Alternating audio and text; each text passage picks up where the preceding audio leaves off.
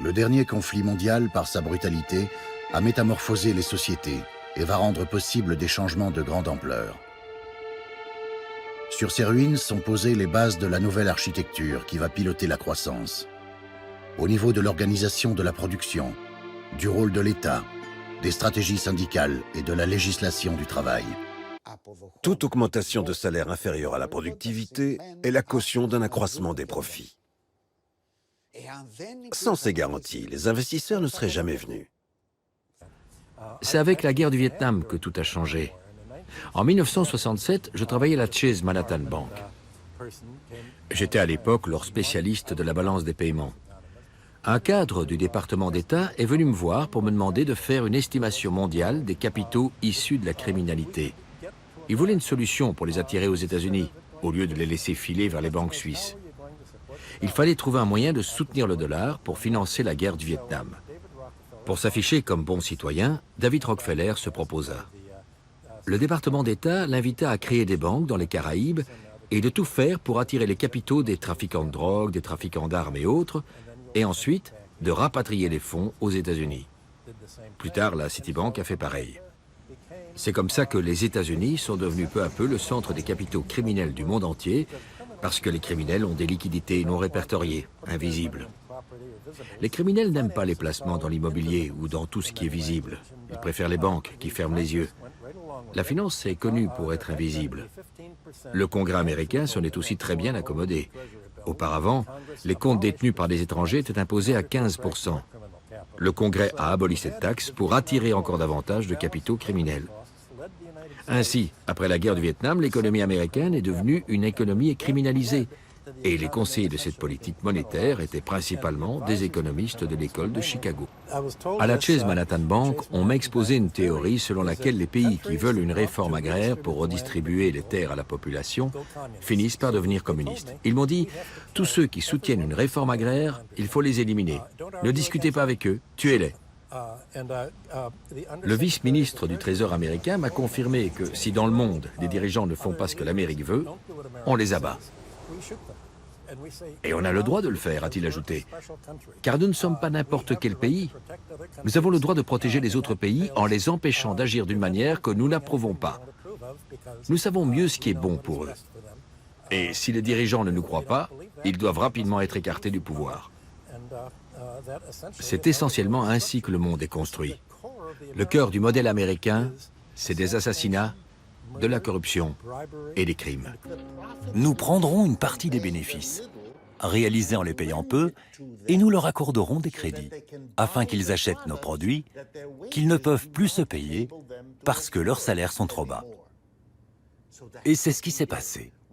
On a prêté directement aux travailleurs, c'est ce que certains pays ont fait. On a prêté au gouvernement pour qu'ils embauchent des travailleurs à ne rien faire, et vous devinez quels pays l'ont fait et de quelle façon. Ou encore, on a donné des crédits pour des logements via des prêts immobiliers. Il y a eu diverses façons d'organiser le crédit.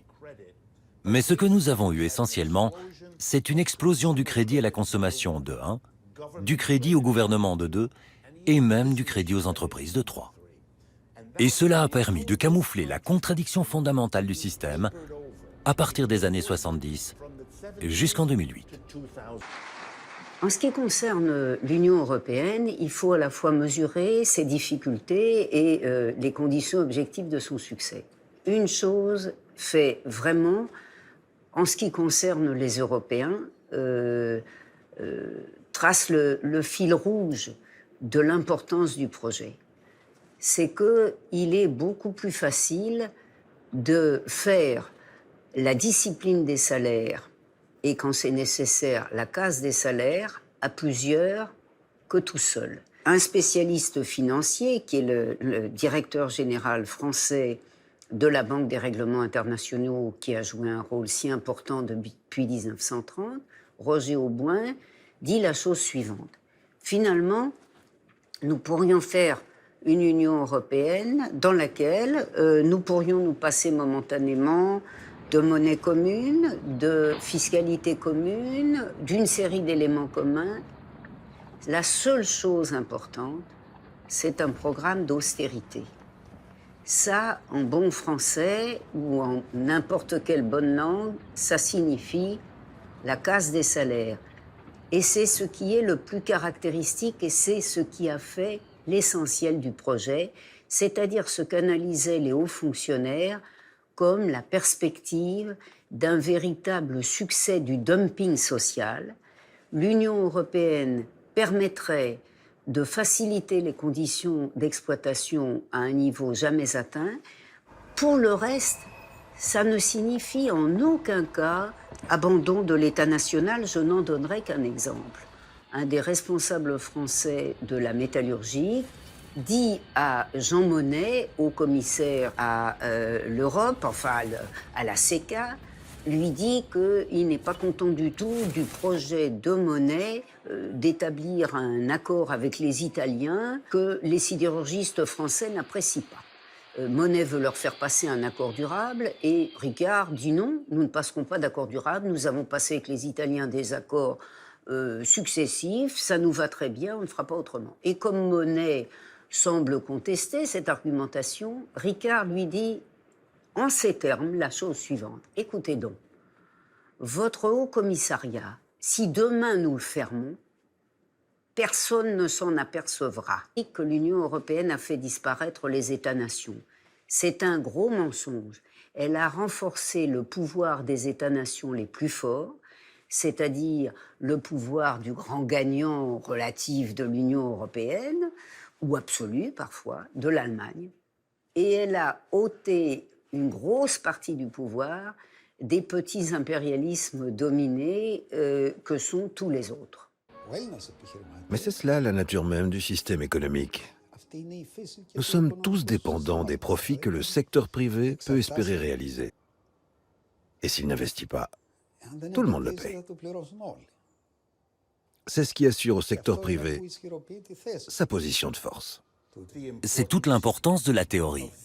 On ne peut y échapper. L'importance des idées que les hommes ont des choses. Après la Deuxième Guerre mondiale, après la crise des années 30, après l'émergence de l'Union soviétique, vous aviez un programme en Europe, au Japon et aux États-Unis, consacré à débarrasser le monde de la manière de penser socialiste, marxiste. Il fallait à tout prix la détruire, littéralement la faire disparaître, quitte à tuer des gens. Il fallait faire du communisme une doctrine dangereuse, celle des traîtres, ou au service d'une puissance étrangère malveillante qui veut tout contrôler. Il a fallu travailler dur pour cela. Et c'est primordial de comprendre qu'il ne suffit pas de mettre des gens en prison, ou même de les tuer. Le plus important, c'est d'influencer la conscience collective des gens, aux États-Unis comme en Europe. Leur pensée a été transformée pour qu'ils soient convaincus qu'il n'y a pas d'alternative au capitalisme. Que le choix se limite à un type de capitalisme ou à un autre. Cela paraît sensé pour un grand nombre de travailleurs de croire que oui, évidemment, si on est plus souple vis-à-vis de notre employeur, il y aura des créations d'emplois.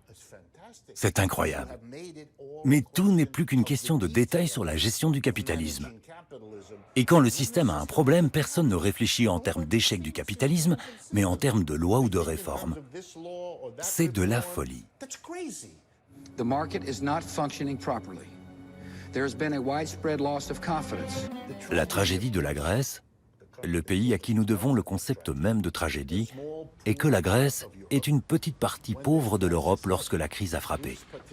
La Grèce a participé à emprunter de l'argent sans compter. Elle a fait ce qu'ont fait tous les autres. Tous les gouvernements du monde entier ont emprunté pour faire fonctionner le système. Et brusquement, tous ceux qui possèdent les capitaux, les grandes sociétés, les banques, ont pensé que le risque de continuer à prêter à la Grèce n'était pas un bon choix. Pourquoi prêter à la Grèce quand on peut prêter à Londres, à Berlin, à Washington? La Grèce ne pouvait pas s'en sortir. Elle n'avait plus les moyens de rembourser ses énormes dettes.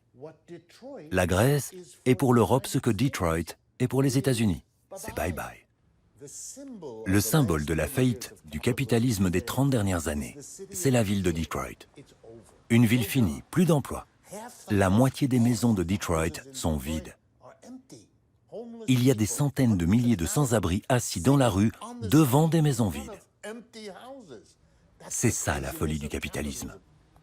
La Grèce est confrontée à cette image. Elle est le désastre que le système utilise pour menacer tous les autres. Le pire dans cette tragédie, c'est la mascarade, les mensonges. La Grèce et le Portugal, et l'Espagne et l'Italie. Voilà, regardez ce qui se passe là-bas. Et si vous ne suivez pas les règles édictées par le système, ce sera votre avenir à vous aussi. La mission du Fonds monétaire international est de veiller que les pertes des grands capitalistes et du secteur financier soient épongées par les contribuables. Peu importe que le taux de chômage en Grèce soit de 25%.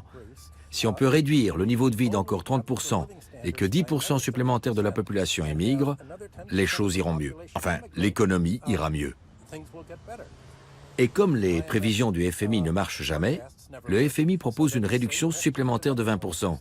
Et 20% encore de la population émigre. Quand il n'y aura plus grand monde dans le pays, on arrive alors à l'équilibre financier.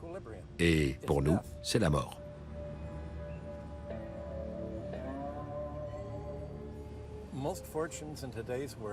La plupart des fortunes du monde d'aujourd'hui se font en obtenant quelque chose pour rien. C'est ce qui est capital. Le but est de trouver les bonnes opportunités pour accaparer des richesses plutôt que de contribuer à en créer. Vous faites des bénéfices en endettant le reste de la population et vous leur soutirez des intérêts. Mais quand on laisse croître les dettes et les intérêts se multiplier, l'économie va fatalement se contracter sans fin. C'est la leçon de l'histoire de tout temps, dans tous les pays, depuis 5000 ans. Pourtant, depuis quelques années, elle est remplacée par une autre histoire, tout en mensonge, qui raconte que le monde a toujours été comme il est aujourd'hui, que les règles imposées par les créanciers sont justes, parce qu'au fond, c'est ça le marché. Et il va se charger magiquement de réguler tout ça. On oublie de regarder la réalité. Les gens ne regardent plus ce qui leur arrive, ils ne se fient qu'aux théories économiques au lieu de se dire « Attendez une minute, je deviens de plus en plus pauvre ». Toute la croissance va au 1% de la population et il ne reste plus rien pour nous. Le mot crise, dans le capitalisme, ne se réfère pas, comme cela se dit la plupart du temps, à une crise du système. C'est une crise d'arrangement ou d'accumulation du capital à l'intérieur même du système. La difficulté pour le capitalisme, c'est qu'il ne peut pas résoudre les problèmes économiques car il doit le faire en maintenant au pouvoir le monde des affaires. Maintenir les profits des grandes entreprises capitalistes. C'est là son problème. La Grèce est tout simplement le laboratoire de ce qu'ils espèrent être un long processus d'ajustement. Voilà tout. Si le reste du monde est prêt à consommer ce que les Européens n'auront plus les moyens d'acheter, c'est bon. Si une grande partie de l'Europe devient très pauvre et qu'on ne la voit plus qu'en y passant des vacances, c'est bon aussi. Les gens du Sud pourront aller travailler dans les tavernas ou dans des pensione et au service des gens aisés. Ce n'est pas si différent d'il y a 100 ans et ça se refera encore aujourd'hui. Ils modulent le système comme ils le veulent. Et si ça ne marche pas pour eux, ils l'adapteront autrement. Si les salaires des Européens restent trop élevés à leur goût, ils feront venir une main-d'œuvre immigrée, n'est-ce pas? Ils feront venir des Syriens, des Libyens, etc. Et si cela ne fonctionne pas, ils iront les chercher ailleurs. Et s'ils ne viennent pas de leur propre gré, ils jetteront des bombes pour les obliger à venir. Par conséquent, est-ce une crise du système? Cela dépend uniquement du niveau de conscience de la masse des gens. S'ils décident que les problèmes du système et les solutions qu'ils trouvent sont inacceptables, alors vous aurez une crise du système. Sinon, vous n'aurez qu'une crise dans le système. Mais le système trouve toujours les moyens de s'en sortir, comme il l'a toujours fait. Si vous ne réfléchissez pas en ces termes, et que vous pensez qu'un jour, le système va toucher un point de non-retour, ça, c'est du fantasme. Ce n'est pas ainsi que les systèmes chutent. Plus ça change, plus c'est la même chose. Je ne sais pas pour la Grèce, mais le reste du monde s'ajustera péniblement, comme il l'a toujours fait.